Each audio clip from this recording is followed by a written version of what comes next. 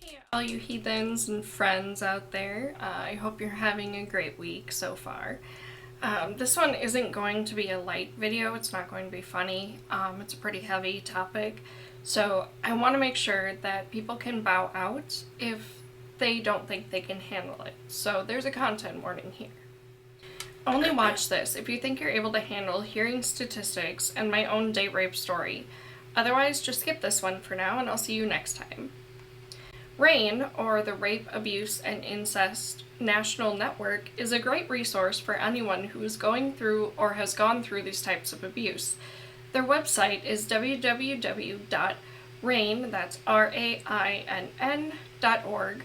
and their hotline number is 1-800-656-4673.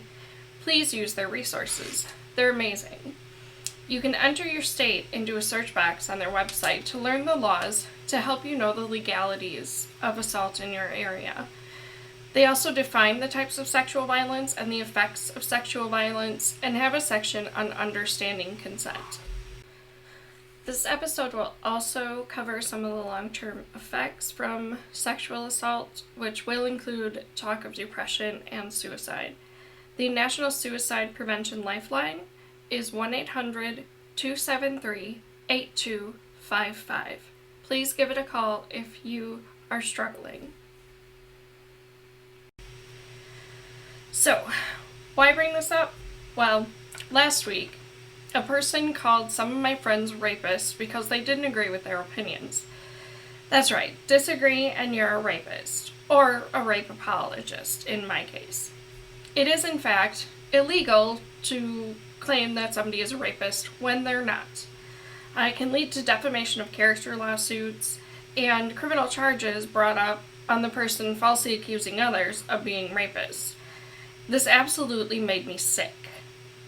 It's not something that you should take lightly. It is not something that you should throw around. Not only was it untrue of these people, but it's the exact usage of language that fed into a rape culture today that doesn't believe in victims and makes it awful for them to report it, so they don't. Actual rapists walk free because of the thoughts that hurt accusations create. It's absolute bullshit. So I want to go over some statistics about rape first in the United States, and even tell my full story of the assault that I survived. Some general statistics on sexual assault in the United States.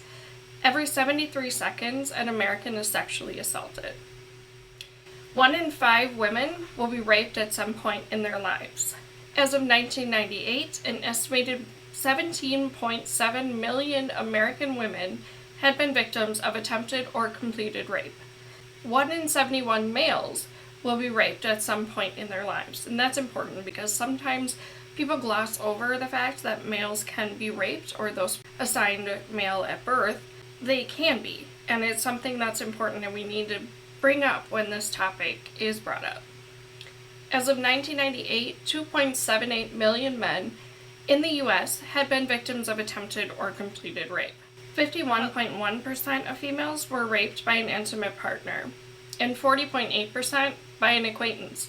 So 91.9% of female victims were raped by someone they knew. 52.4% of male victims were raped by an acquaintance, and 15.1% by a stranger. 91% of victims of rape and assault are female, and 9% are male. In 8 out of 10 cases of rape, the victim knew the perpetrator. That is very common, so 80% of the cases, according to this website, the victim knew the perpetrator.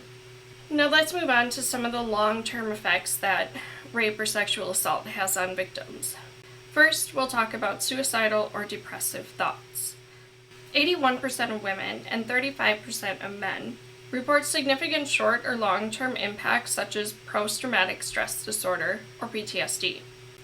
The likelihood that a person suffers suicidal or depressive thoughts increases after sexual violence. I know for me it did. 94% of women who are raped experience symptoms of PTSD during the 2 weeks following the rape. 33% of women who are raped contemplate suicide, and 13% of women who are raped attempt suicide. Approximately 70% of rape or sexual assault victims experience moderate to severe distress, a larger percentage than for any other violent crime. Any other violent crime. It's shocking. They can also have relationship issues. 38% of victims of sexual violence experience work or school problems, which can include significant problems with a boss, coworker, or peer. 37% experience family or friend problems, including getting into arguments more frequently than before, not feeling able to trust their family or friends, or not feeling as close to them. Another area to touch on when bringing up sexual assault is campus sexual assault.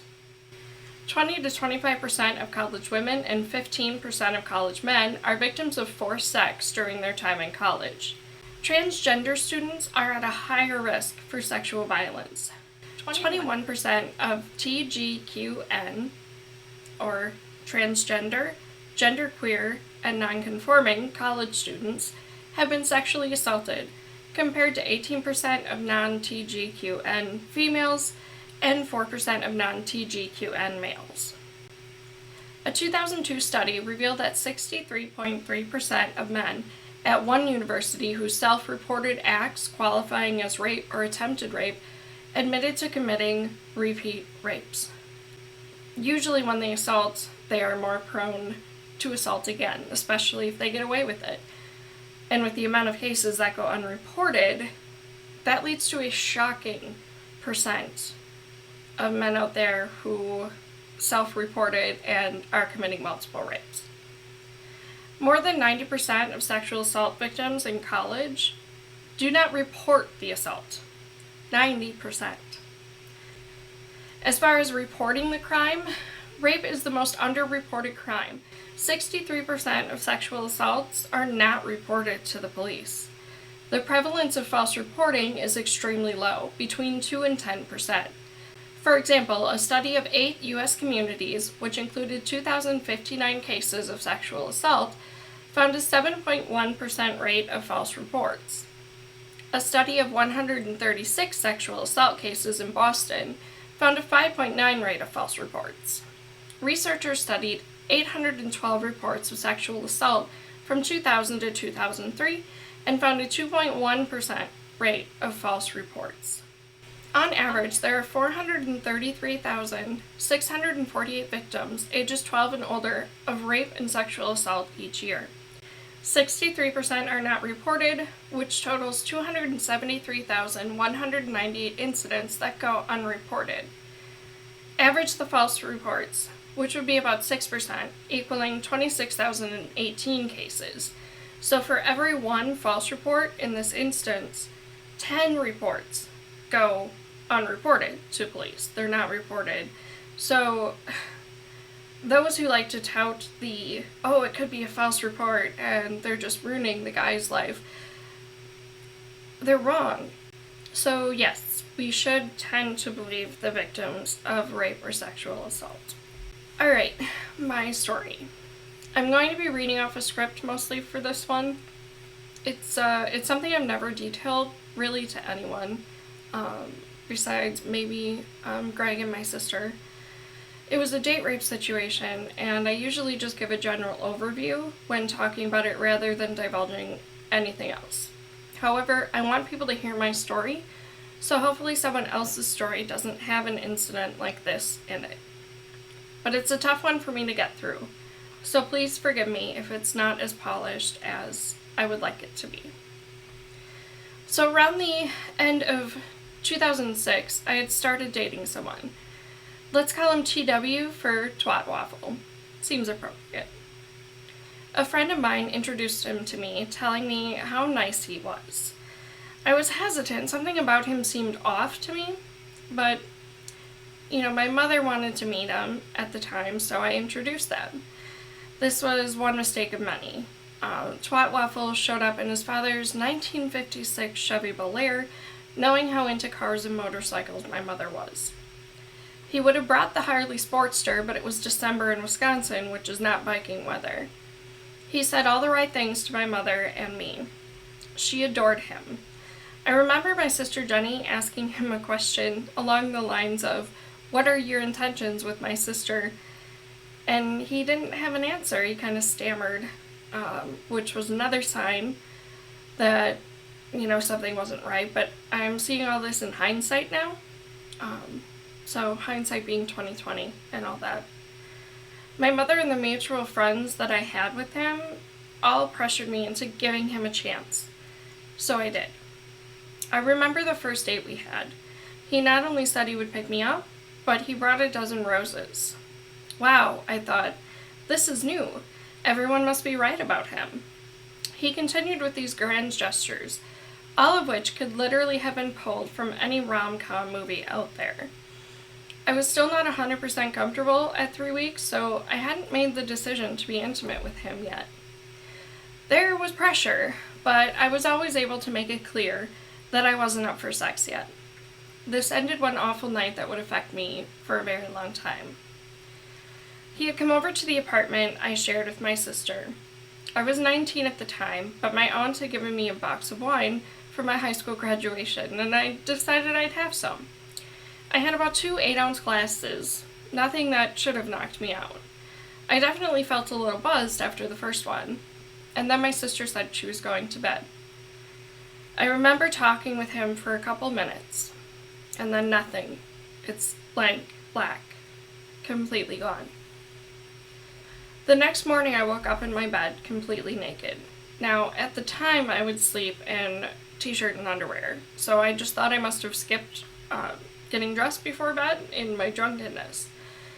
The first thing I thought was, oh shit, I must have passed out on him, and I felt awful for getting that wasted. I did think it was odd that I got that bad only after 2 glasses, but I didn't drink often, so I figured that must be it. So I called him right away to apologize to him. To apologize to him for passing out. Shortly after my apology, I ran my hand on my belly and crusty flakes came off. What the fuck? What is that? Seemed really weird, like I had spilled something on myself. So I asked him if he remembered me spilling anything on myself. He said simply, "Oh, you don't remember?" "Remember what?" "Oh, we had sex last night. You really had a good time and were begging me for it, and you had me come on your belly." He laughed. I was stunned. "What?" "Yeah, you must have been really horny or something. You really wanted it." At this point, I had 2 flashes of 2-second memories of talking in the dark, but the words weren't coming to me. All I remembered was him saying, "You like that?" So that memory seemed to conform with what he was saying. I was sick. I got off the phone with him and immediately showered. Disgusted with myself, thinking, how could I do that? I wasn't ready. I avoided him until the next weekend, strongly thinking that I had basically thrown myself at him, which is not in my nature. I was slow to lose my virginity, waiting until I was 18 to do so, when I could be on birth control.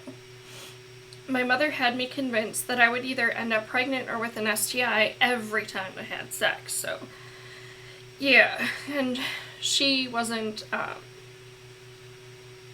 for putting me on birth control because she thought I would just go out and have sex then.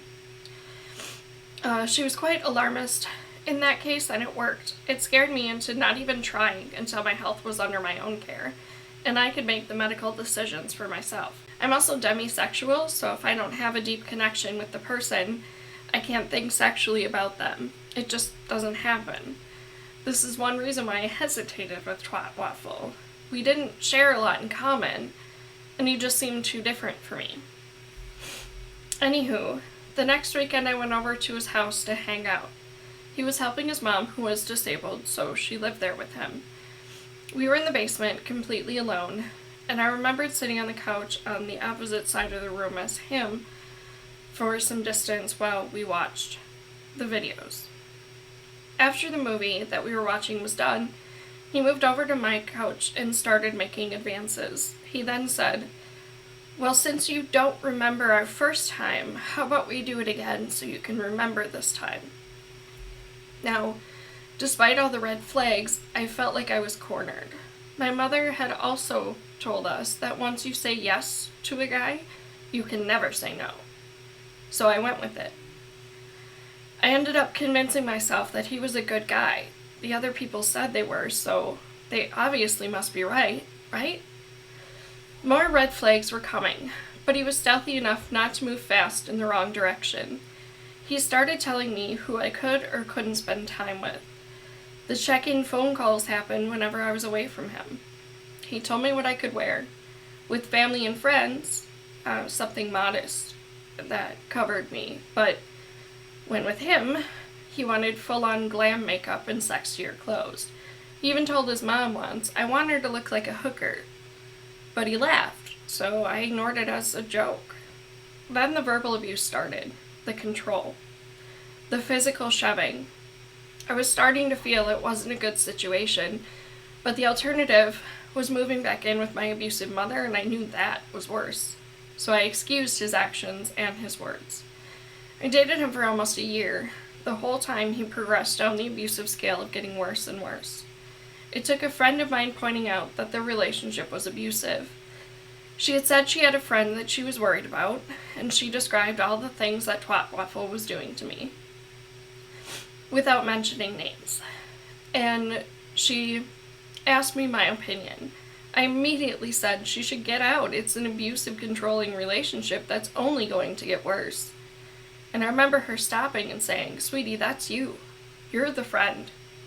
And this is what Twat Waffle is doing to you.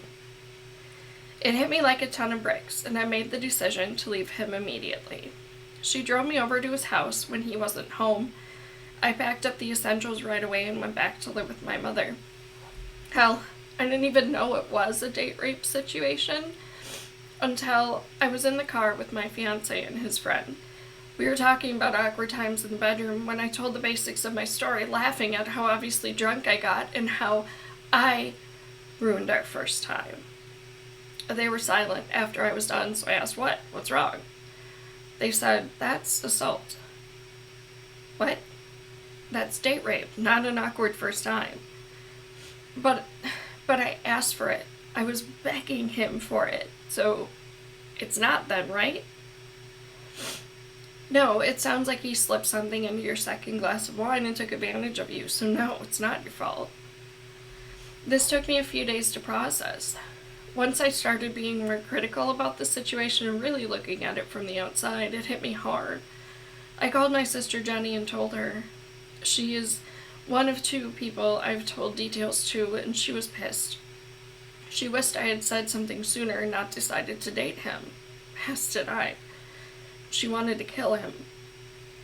Since then, I processed the situation and its lasting effects, and I'm happy to say I'm in a wonderful, devoted, non-abusive relationship, which is doubly good since I grew up with abuse, and victims tend to normalize abuse and end up with abusive partners. I'm so lucky to have found Greg. He's amazing and has worked with me through all of my bullshit, all of my struggles, as I strive to get better, physically, and with my depression, anxiety, and PTSD. And I've done a lot of work. I'm in a place now with a great psychologist who has helped me process my abusive childhood and who has taught me how to get through the flashbacks, panic attacks, and nightmares that come with my conditions. So there you have it. It's a long one, but that's my story. And with how many people are affected by sexual violence in their lifetimes, I hope that by telling my story, it can teach people, young and old, what to look for and how to avoid situations like this. If anyone is pressuring you to sleep with them, that's not right. And trust your gut if it's telling you that something is off with any situation or any person. It's better to be safe than sorry. Thank you for watching, listening, and caring. It is only through the amazing support network that I have that I've gotten through all of the bullshit so far. So thank you for being a part of that. And remember to be there for your friends. The likelihood that someone you know has gone through a situation such as this is pretty high. So be there for your friends. Just be there. In the meantime, life can be shit, but let's get through it together. Keep hanging on with hashtag love and hugs. Thank you. Bye.